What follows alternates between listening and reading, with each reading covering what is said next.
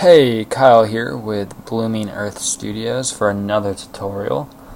Today we're going to go over Autodesk Maya. It's pretty much the industry standard for 3D animation, modeling, animating, particle effects, you name it, it can pretty much do it. So let's start off by opening up Maya. I'm using Maya 2014. It's pretty good. It's got a lot of nice new tools. And so when we open up, we're going to get this screen now. There is a lot you can do in Maya, and it's a rather complicated program. So to start off, let's just look at what it is that we're looking at. So up here, we've got our main toolbar up here. Got the file, edit, modify, and create, display, and window. These five will typically always stay the same. Past here, everything else will change depending on which mode you're working in. And right now I am in animation mode, but let's come back here in general. So we got animation, polygons, which is great for modeling, surfaces if you're going to be using NURBS to model, dynamics if you're going to be doing any sort of particle effects and whatnot. In dynamics is another style using end particles. Rendering is going to get you lighting and of course rendering. You can always create your own. I'm going to go over here and leave this on polygons. And as you can see here, we have multiple shelves, and the shelves each will allow you to do different things. I got a few custom down here, but your general is pretty much just, well, I never actually use the general. But let's say polygons, which is something I'll frequently use. You come over here, create sphere. If you press 5, you'll make it solid. And you can see now I got a nice little object to play around with. Let me go ahead and make another object here, just so we got something to look at. This is our main viewing screen here, and you may notice that you can't really move around real easily right now. You click and drag, but nothing's happening. Because it's such a complicated program, you've got to press a few buttons before you can get stuff going. So if you want to rotate around, you can hold down the Alt key, and then selecting your left mouse button, you can rotate around a center point. Right now it's zeroed out, so that's what we're rotating about. If you hold down your middle mouse button with Alt, you can pan side to side. And if you've got a wheel on your mouse, you can zoom in and out that way. If you don't, you can hold Alt right mouse button and drag left and right to zoom in. So that's the basic navigation. You'll typically always be wanting to do that. If you want, you can select an object, press F, and it'll make that your centered object, as you can see. So I can switch back and forth between where it is I want to be rotating about. It gets quite useful later on. But so we're going to come up here and we're going to continue looking at this area. We've got select by hierarchy, select by component, and select by object. Right now I'm selecting by object. Selecting by a component will allow you to select your actual vertices or faces, whatever you want. But we're going to keep this on select by object for now. This toolbar here will allow you to turn off what you can and can't select. For instance, right now I've got surface on, but if I deselect that, see, I can no longer click this. So I'm going to turn that back on. I'll typically usually leave it all on except for when I'm animating, then I'll only leave on curves. That's because that's usually what you're using to select the controllers. And then up here is our rendering buttons, and that's the main important thing right there. On the side here, we've got a few key tools. This will allow you to move a object back and forth. You can also press the W key, which I suggest utilizing your hotkeys as much as possible. Makes everything a lot faster.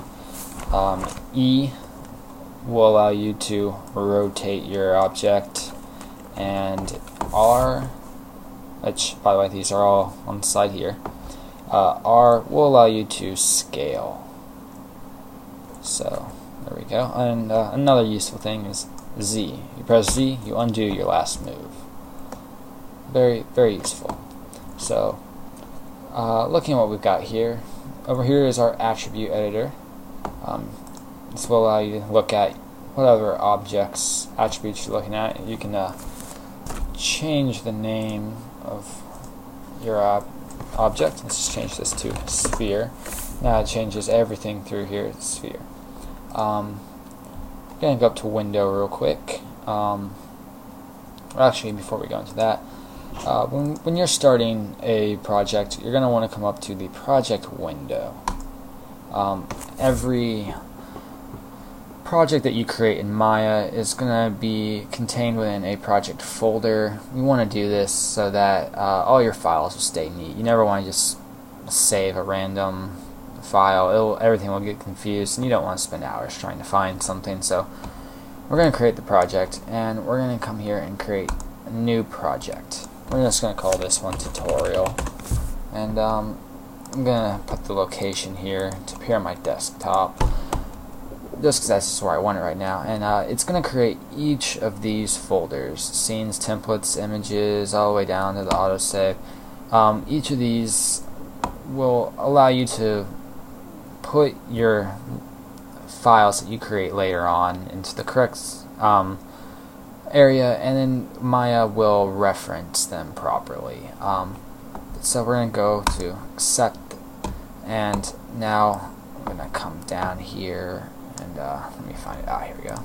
This is the tutorial that I just created. And as you can see, it's now got an assets folder, autosave, scenes. When you save I'm going to come up with save scene. We're going to just call this tutorial _01. You typically are going to want to make multiple iterations of Maya. Maya tends to crash, so I'd recommend saving frequently and saving each iteration as you go. So we're going to go ahead and save that. And if you come down here, you can now see that in the scenes folder, we've now got a file. And you can always open it up from there. So, coming back here, looking at this is our attribute editor. Let's select our cube right now. I'm going to go to channel box, and here you can see that this lists a lot of its attributes in world space. You can see it's translated the x-axis, how it changes. You can also always select that middle mouse button, drag left and right, and you'll change the value that you have selected. Come down to inputs, and you can change up the inputs here, change the width, the height, depth. Useful especially when you're getting modeling. You can add divisions and whatnot, and it's very, very nice. And then here you can create new layers, much like you would create in Photoshop or After Effects or Illustrator. And you can drop by shift selecting these. You can let me see, right click on the layer, and you can add those layers to the select object. And that way you can turn on the visibility of those objects. So and one thing that's really nice, we'll get to later, this is just a display layer. We also have rendering layers, so you can render everything in a different layer, makes it much easier later on when you got a really complex file. And animation layers, which are really nice and useful, but you're not going to use them for what we're doing right now. Now, there are many different views that you can use in Maya. Right now I'm just in a plain perspective. I'm going to press spacebar right here. Now you'll see that it goes into all 4 views. So your standard orthographic view, you got your top, bottom, and side, or sorry, top, front, and side. And I'm just going to press 5 so it'll make everything solid, and back up just so you can see what I'm doing. In your orthographic views, you cannot rotate about, but you can pan. So now when you're looking at this, you'll notice that each one of these panels has this little toolbar here: view, shading, lighting, show, render, and panels. This will allow you to do a lot of different things. We'll go over as we get to them in later tutorials. But for now, we are going to go ahead and let's look at show. And we're going to select none. Now, as you can see, nothing is here anymore because nothing is selected. I want to turn off the grid because that bothers me. And I also, I'll leave everything else. Now, let's go ahead and turn back on, let's just say, just the polygons. Now we've just got the polygons showing in this frame. Everything else is showing what it wants, and we're going to come up here and create a camera. This camera we'll use so that we can view later on. For instance, let's go ahead and come to panels, and we're going to change our perspective to the camera. And now we'll be able to move this camera around, and as you'll see, the camera itself is moving in relation to how I am moving here. So that's very useful. You always want a camera. Camera is very good. You can go into a lot of depth with the camera, but we're just going to leave it as is for now. After all, we're just kind of going over how to navigate this area. If you want to change the size, you can grab right here, get this little tool, change it, drag it. You can get rid of it all the way, or you can bring it up. When I'm working, I like to bring it over like here, so I have 3 panels, and I like to go to the panel and create the graph editor, but I'm an animator, so I use graph editor a lot. If you're not going to animate, you may never use this really. So yeah, that's very useful. So I'm going to press spacebar again and come into the perspective view, and if you press shift spacebar, well, let me select. Okay, well, I'll have to remember how to get into Pro mode. I don't normally use it, but it gets rid of all of your side toolbars, so you can only use hotkeys. It's sometimes useful if you don't have a lot of space on your desktop, but I've got plenty of space right now, so I'm not too worried about that. So down here is our timeline, each frame. Right now it's at default will show 24 frames. This right here is the current time. This right here is the start time of your animation. It will start on 1. Sometimes you need to be careful because if you're using a reference that starts on 0, you'll want to adjust this so it'll start at 0. Then this is your playback range. You can start it here and you can drag it however you like. And then this is the end of the playback range and end time of the animation. So let's say we wanted to actually do a 100 frame animation. We're going to go ahead and change this, and we're going to drag this all the way out, and now you can see we've got 100 frames. And if you want to set keys utilizing the frames, you can just go ahead and start here. We'll press S, which will save a keyframe marked by the little red line. Let's say at frame 30, we're going to move it, and we're going to press S again, and now you can see that. Oh, hold on. I think we'll come here, press F, and not sure why that's not moving right now. There we go.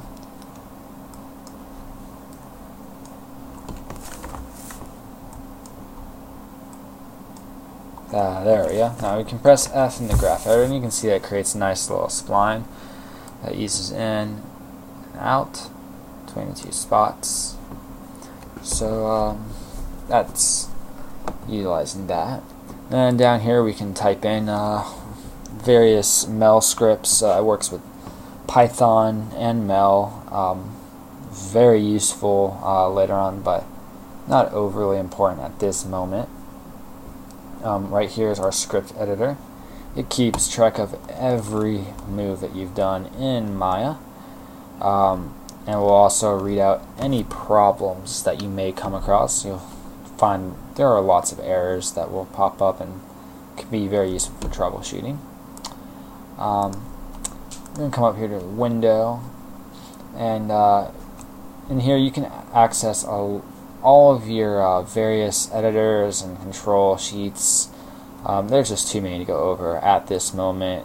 Yeah, it'll only confuse you, but let's go ahead and look at really one of the most important parts is the outliner right here. Let's open that up. With the outliner, it will show you all of your objects in Maya. As you can see, we've got the sphere, then we got the cube. Double click on that, and it will allow you to retype in whatever it is that you're wanting. So this is a very useful way to select objects, especially if you've turned off your selections up here, or if you're just trying to organize what you've got going on. So that's very important there. And well, really, that is all you need to know to really get going in Maya. So thank you. I'm going to call this tutorial an end, and please subscribe. If you have any questions, comments, please let me know. You can always email me at bloomingearthstudios@gmail.com. Have a good day.